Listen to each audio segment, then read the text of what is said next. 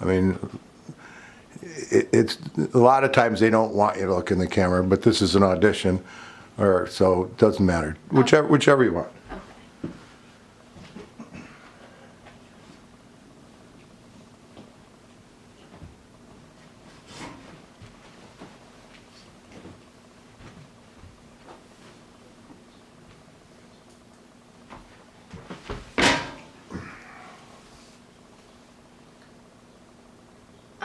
I always knew I would have to write one of these someday, but I never really expected it to happen. If you knew my mom, you would know how great she was. You would know that she wasn't like any other mom. She was a cool mom. She was my best friend, but she was also my mother. And one of my favorite things was that we used to do together was dance and sing down grocery aisles to make shopping more fun. We'd also say, "Oh hell yeah," and all the time, and call each other gerbil, which is, don't ask. She was my best friend in a way that no one ever was. She understood me and knew how I was feeling without me having to say a word. But even though she was my best friend, she was also my mom. She'd make me say what was upsetting me, even when I didn't want to, and she would just hug me while I cried.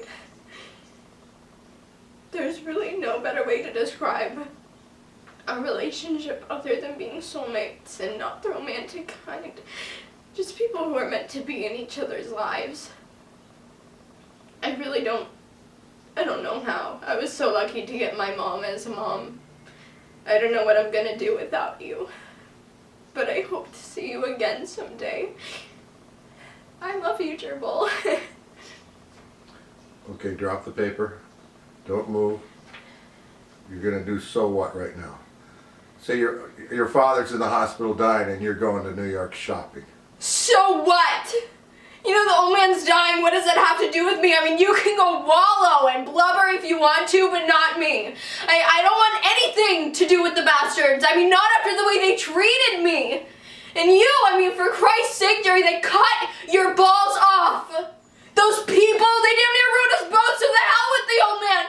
Where was he when I freaked out and they drug me off to the hospital?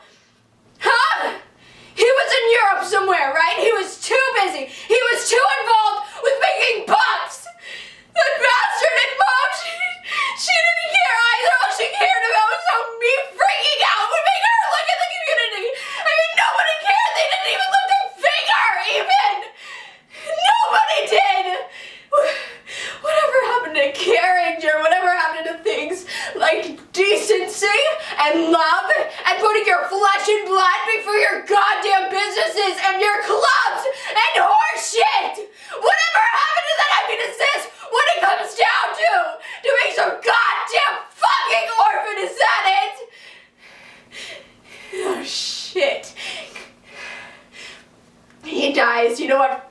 Whatever, I don't care. He can die alone just like he let me live. He is a poor, sorry, rich son of a bitch. All of them are, and they may have it in the bank, but they will never have it where it counts. So you go grovel, and you wear your best suit and your fake sadness, and you sit around and get the piss kicked out of your self-esteem. But not me, Jer. Not me. Great. Fabulous. You got the gig. That was terrific.